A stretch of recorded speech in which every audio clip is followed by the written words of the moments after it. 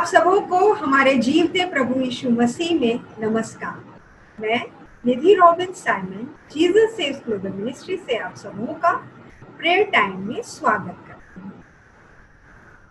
और आज फिर से आपके समक्ष बाइबल के एक विषय को लेकर आत्मिक मनन के लिए फिर से मैं बताना चाहूंगी कि ये जो बाइबल के विषय में आपके समक्ष आती हूँ लेकर, ये परमेश्वर के द्वारा बताए हुए टॉपिक्स, मुझ में ऐसा कुछ भी नहीं है कि मैं टॉपिक्स निकालूं और आपके सामने इस बात को हर एक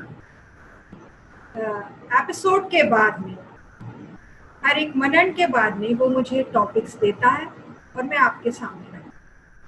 आज भी उस टॉपिक को लेकर मैं आई हूँ और ये मैं पूरा विश्वास करती हूँ कि जब परमेश्वर इन टॉपिक्स को कहता है कि मैं आप लोगों के सामने रखूं, तो वो जरूर आप लोगों के हृदयों में कुछ ना कुछ बताना चाहता है, या आपके अंदर जो भी जिज्ञासा है, व्याकुलता है, आप उससे जो पूछना चाहते हैं उसका उत्तर वो देना चाहता है।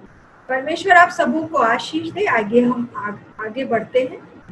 आज का जो मेरा टॉपिक है वो है किंग सोलोमन राजा।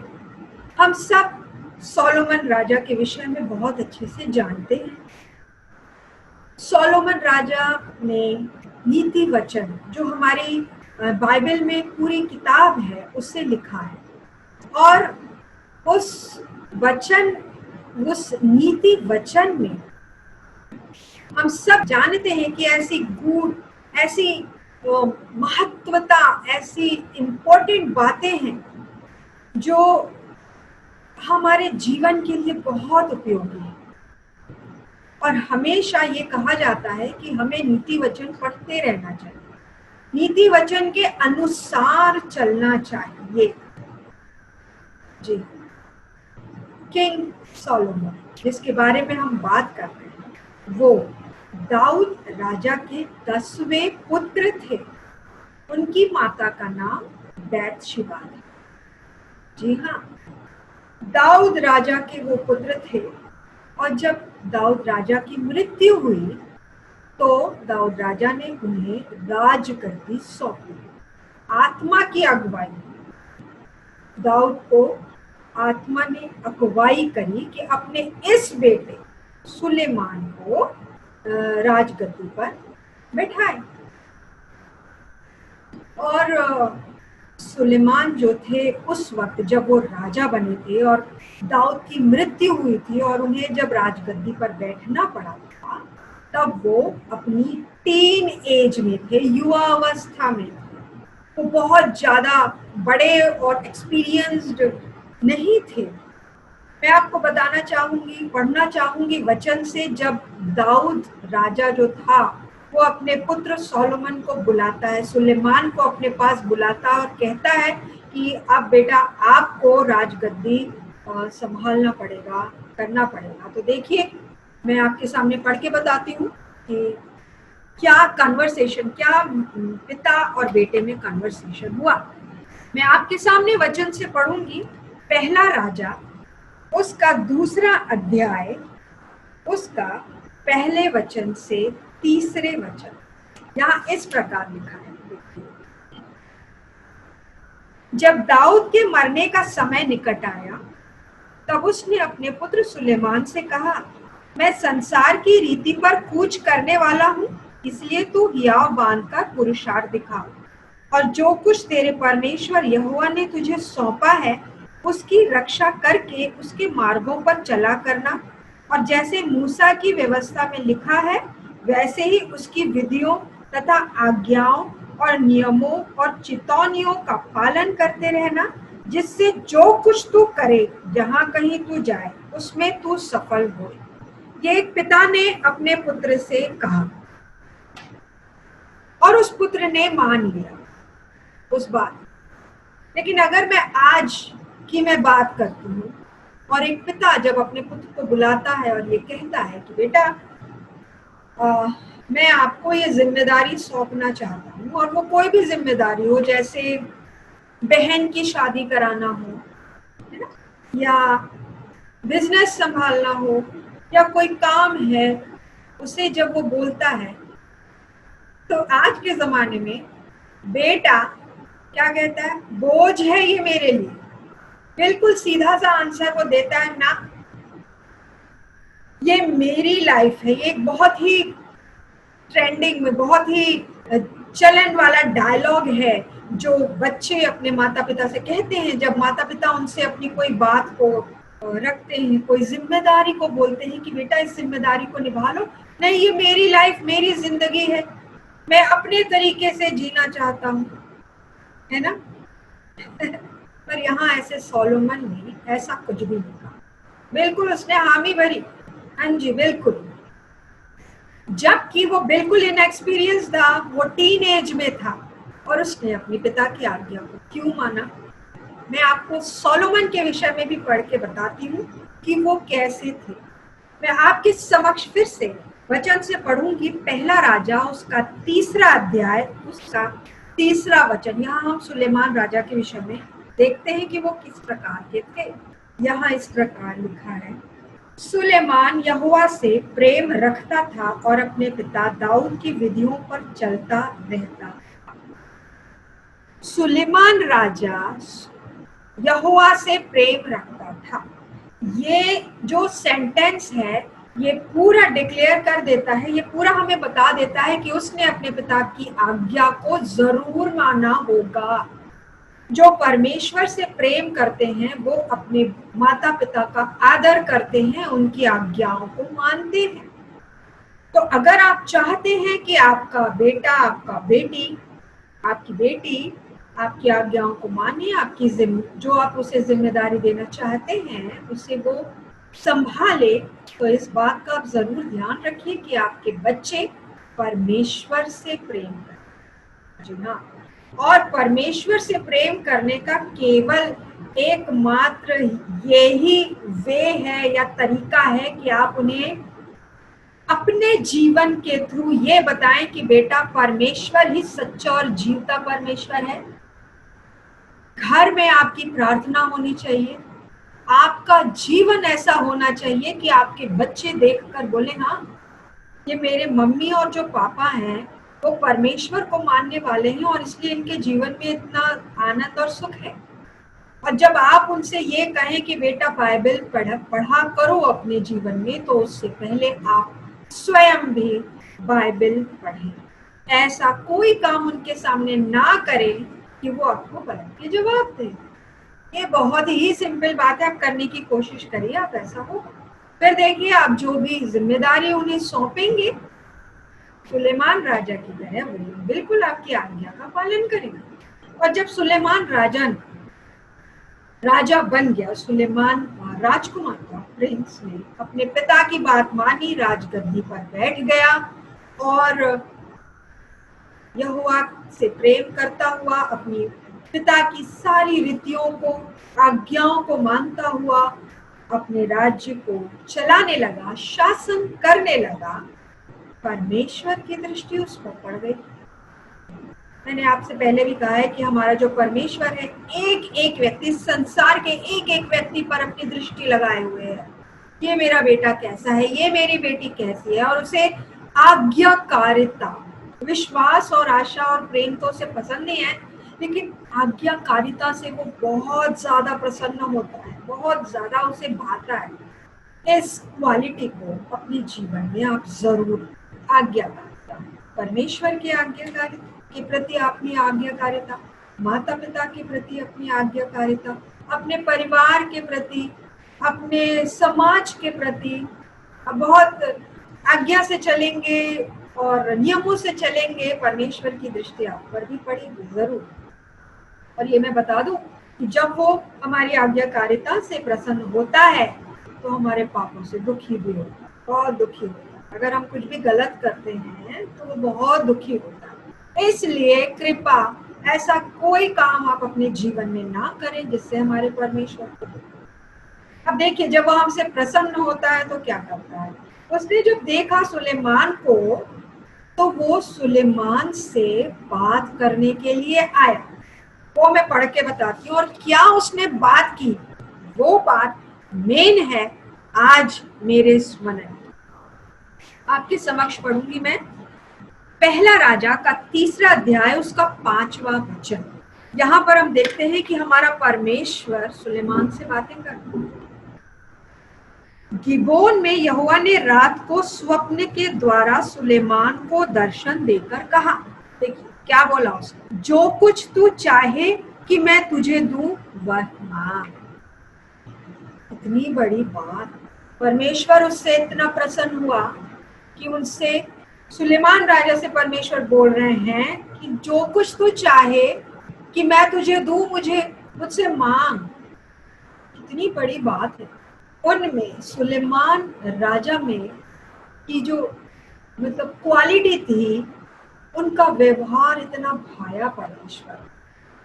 और मैं बताती हूँ पढ़ के कि हमारे सुलेमान राजा ने उनसे क्या मांगा।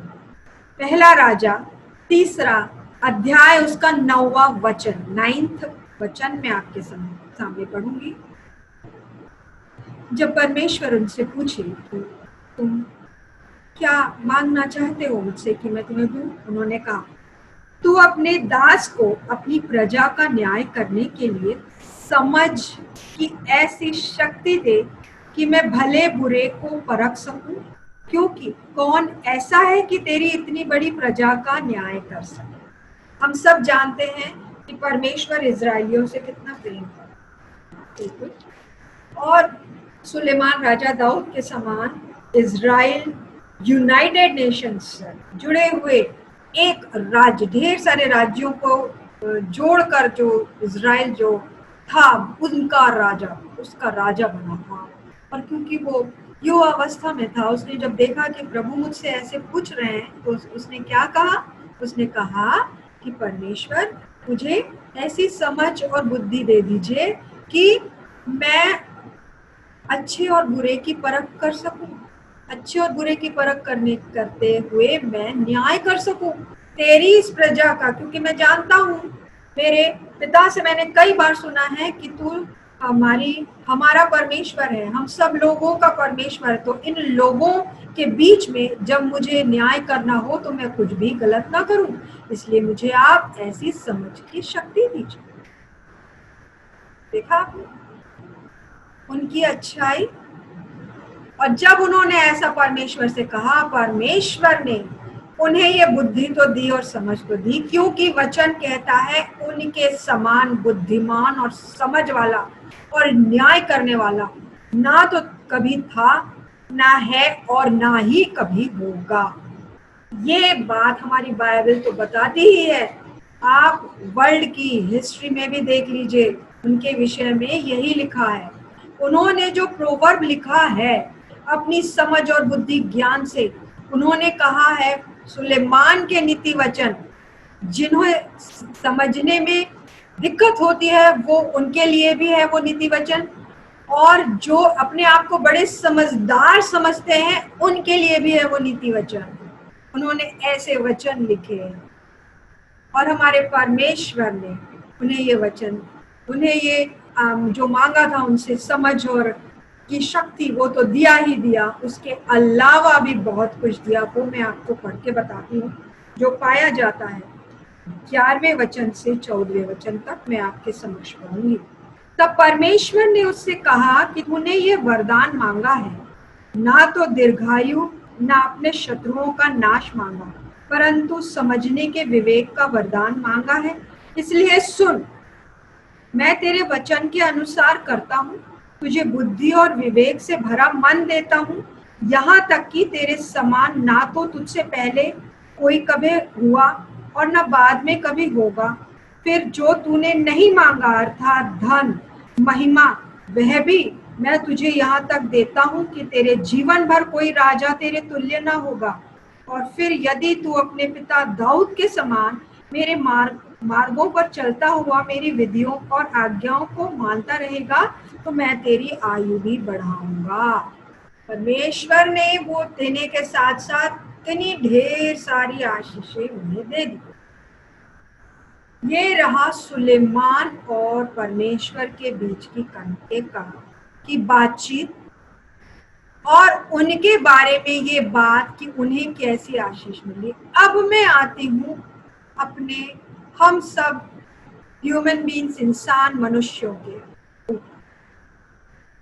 ये जो परमेश्वर ने उनसे कहा कि जो कुछ तू चाहे कि मैं तुझे दूं वह मांग, ये सिर्फ वो सुलेमान राजा से ही नहीं, हम सबसे कहते हैं। हाँ जी, बिल्कुल। आज अगर परमेश्वर आपसे ये आके बोले कि बेटा बेटी तू क्या चाहता है कि मैं तुझे दूं, मुझसे मांग, तो आप क्या मांगेंगे? हम क्या मांगेंगे? परमेश्वर मुझे धन देना, परमेश्वर 4 मंजिला मकान दे देना मुझे, परमेश्वर मुझे मेरे घर के सामने सबसे बड़ी वाली जो गाड़ी होगी वो मुझे दे देना। हमारी प्रॉब्लम ही यही है, हम जानते ही नहीं कि हमें क्या चाहिए। उसके लिए भी हमारे बाइबल में वचन लिखा, हमारा परमेश्वर इतना प्रेम करता है हमसे। उसने क्या कहा? तेरे मांगने से पहले मैं जानता हूँ कि तुझे किन किन चीजों की आवश्यकता है, मैं तुझे दूंगा। वो पहले ही बोल दिया, क्योंकि वैसे कान बंद कर लेता हूँ। अगर मैं अपने इस बेटे इस बेटी से कुछ बोलूं कि बेटा तुझे क्या चाहिए, तो हम अपनी आज की परिस्थिति और अभी का जो है हम देखेंगे, है ना। लेकिन मैं आपको एक बात बताना चाहती हूँ, सुलेमान राजा से हमें क्या सीखना चाहिए।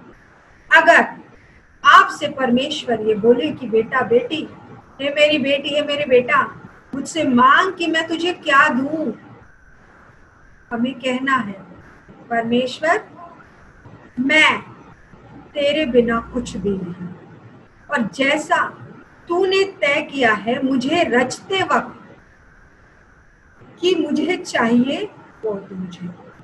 अगर आप ये बोल देंगे तो क्या धन, क्या गाड़ी, क्या घर, क्या ये क्या वो, सब आपका हो जाएगा। लेकिन इसको बोलने के लिए हमको परमेश्वर की उस आवाज को सुनना है। जब परमेश्वर हमसे बोलते हैं कि तुझे क्या चाहिए मैं तुझे दूंगा, उसके लिए हमें वैसा ही बनना है जैसा बाइबल में लिखा है सुलेमान राजा थे।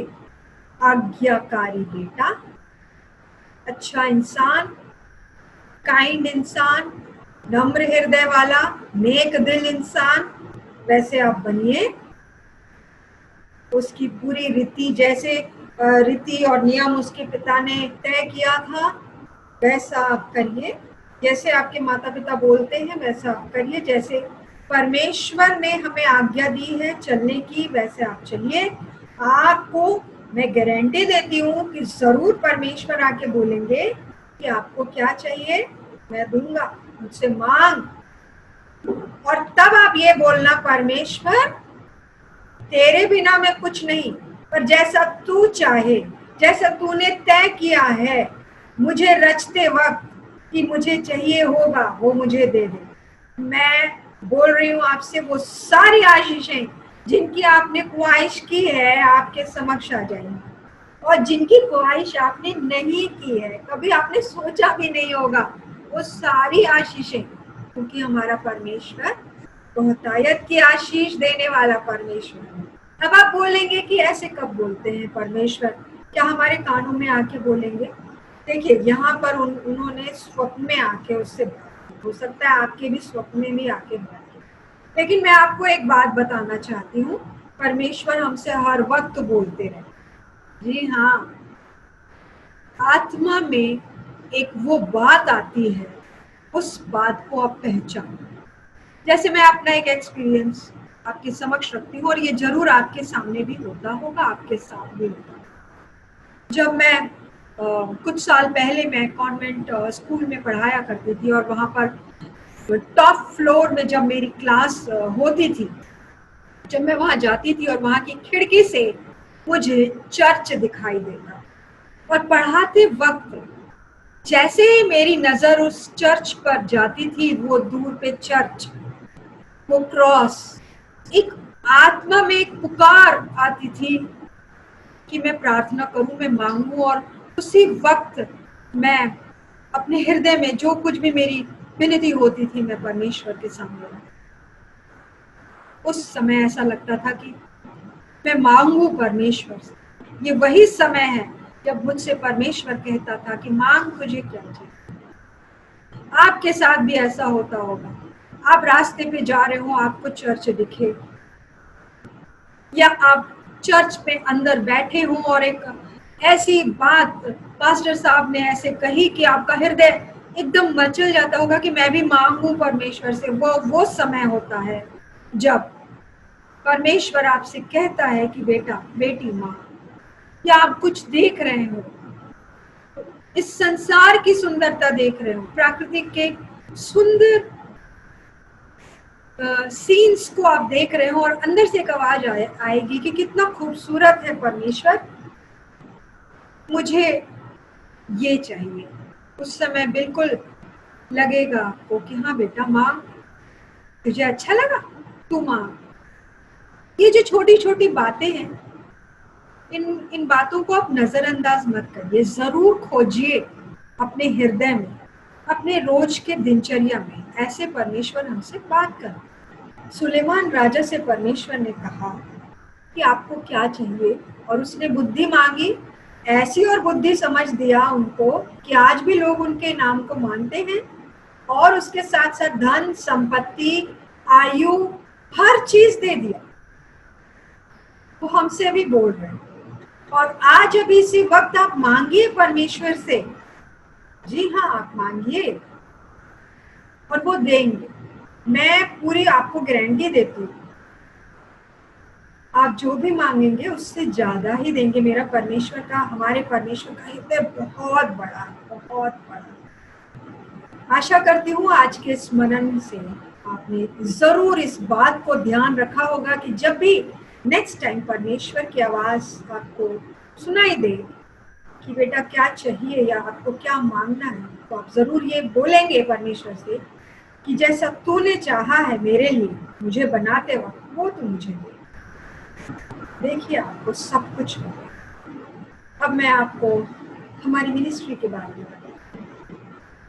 हमारी जीसस सेव्स ग्लोबल मिनिस्ट्री 2017 से परमेश्वर की सेवा में है।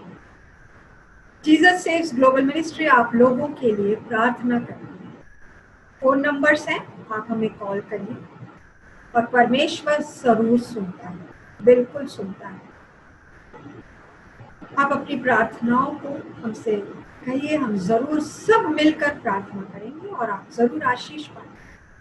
जीसस सेव्स ग्लोबल मिनिस्ट्री का यूट्यूब चैनल आप सब्सक्राइब करें, उस यूट्यूब वीडियोस शेयर करें और जरूर आप आशीष पाएंगे। जीसस सेव्स ग्लोबल मिनिस्ट्री का फेसबुक पेज भी है, आप जरूर उसे ज्वाइन करें।